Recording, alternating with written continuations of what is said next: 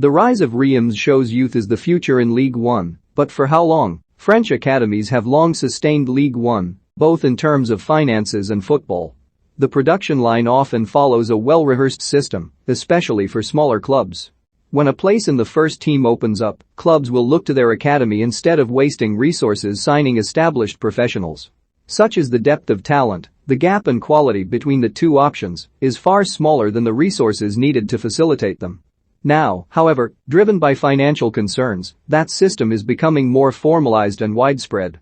Ligue 1 has benefited greatly, but the league also needs to be careful in the long run. Free from the spotlight and pressures of the Premier League, young players can develop quickly in France at clubs that are skilled and predisposed to nurturing burgeoning talent. Nicolas Pepe's career shows the trajectory well. He moved from Angers to Lille for £16 million and then from Lille to Arsenal for £72 million, greatly rewarding two French clubs of different standings. Due to financial strife inflicted by the humiliating collapse of the domestic broadcast rights deal last season and the lack of crowds due to the pandemic, these processes are now accelerating.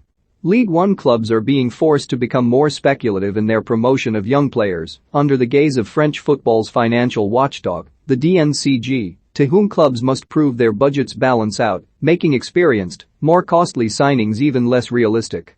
Some clubs are on the verge of dedicating their first team solely to producing young players, with the apparent aim of selling on that talent. Stade Reims are leading the way. They have suffered injuries to senior players, but many more have been marginalized or moved on to make way for academy graduates. Their previous creative fulcrum Mathieu Caffrot, for example, only 24 himself, barely featured this season before he was shipped off to Standard Liège this month. Much as Monaco used the experience of João Moutinho, Radamel Falcao and Kamil Glik to nurture younger players, veteran 34-year-old centre-back Younous Abdelhamid remains key to Oscar Garcia's fluid and versatile 3-6-1 setup, but the only other outfield regulars older than 24 are wingbacks Thomas Fouquet and Ghislain Konan. The team they put out against Clermont earlier this month contained 5 teenagers and had an average age of 23.2 years. Of the 12 youngest starting lineups this season, 6 were from Reims. Reims have one of the best-equipped modern training facilities in Ligue 1 and their decision to promote these young players is working.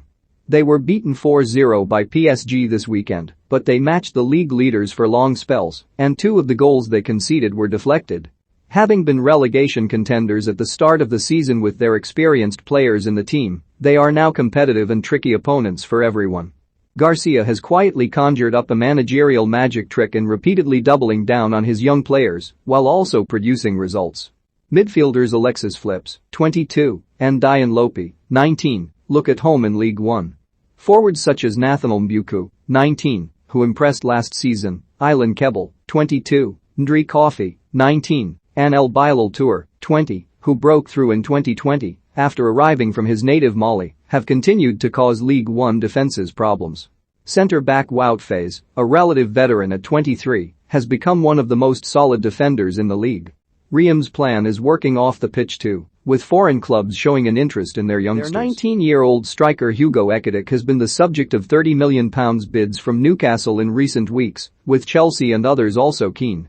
A move for the rangy but technical Ekitike, who is capable of scoring all types of goals, would be a big risk for relegation-threatened Newcastle given that he has only played 32 senior games. However, this type of interest is exactly what Reims were hoping for. Reims are not the only club moving in this direction.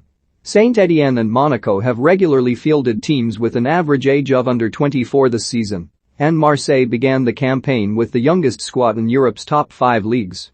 Like Reims, Angers have moved on senior players due to financial worries and have filled the gaps from their youth system. Lille, meanwhile, look likely to cash in on their young title-winning core in the summer much as Monaco did after their title success in 2017. Every club but PSG is giving more young players a chance. Angers, Rennes, Monaco, Nantes, Lyon, Saint-Étienne, Montpellier, and Metz all successfully promoted youth players into their first teams over the last year. The league authorities have also sought to support this style of club management. Imminent regulation changes will allow young players' first professional contracts to be up to 5 years rather than the current cap of 3. This is due to growing frustration over the time and energy clubs put into developing players but not always seeing the financial rewards as more and more young players leave for free at the end of their contracts. Although that means French clubs will hold on to their burgeoning talents for longer, Ligue 1 needs to be cautious. With the arrival of Lionel Messi and PSG's continued largesse, interest is growing, as is the quality of play, with the hope that revenue soon follows.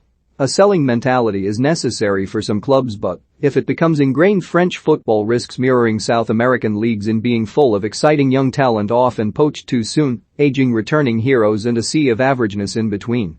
To compete with the other Big Five leagues over the longer term, Ligue 1 needs to hold on to talent wherever possible and maintain its strength across the league. For now, however, this latest influx of talent has led to a dynamic, competitive, and thrilling season across the division.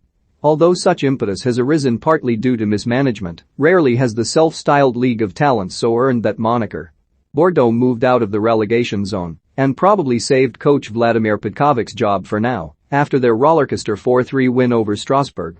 President Gerard Lopez was heard yelling at his players after their disastrous 6-0 defeat at Rennes last weekend, with L'Equipe reporting that Petkovic was now fighting for his future.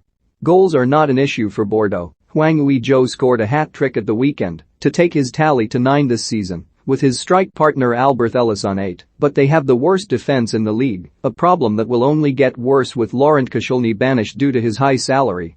They will not win 4-3 every week. Nice eased past struggling Mets for their 5th consecutive win to stay second. Having looked disjointed before Christmas, Christophe Galtier has finally found some balance by dropping perhaps his best player in forward Andy Delort. A €10 million transfer, after 62 goal contributions in 95 league games for Montpellier, was seen as a marquee move for Nice, but Galtier's famed 4-4-2 looks far more balanced with Amine Gouiri playing off focal point Casper Dolberg in attack. Although he has proven effective as a substitute, the 30-year-old Delort will not be content to play that role for long.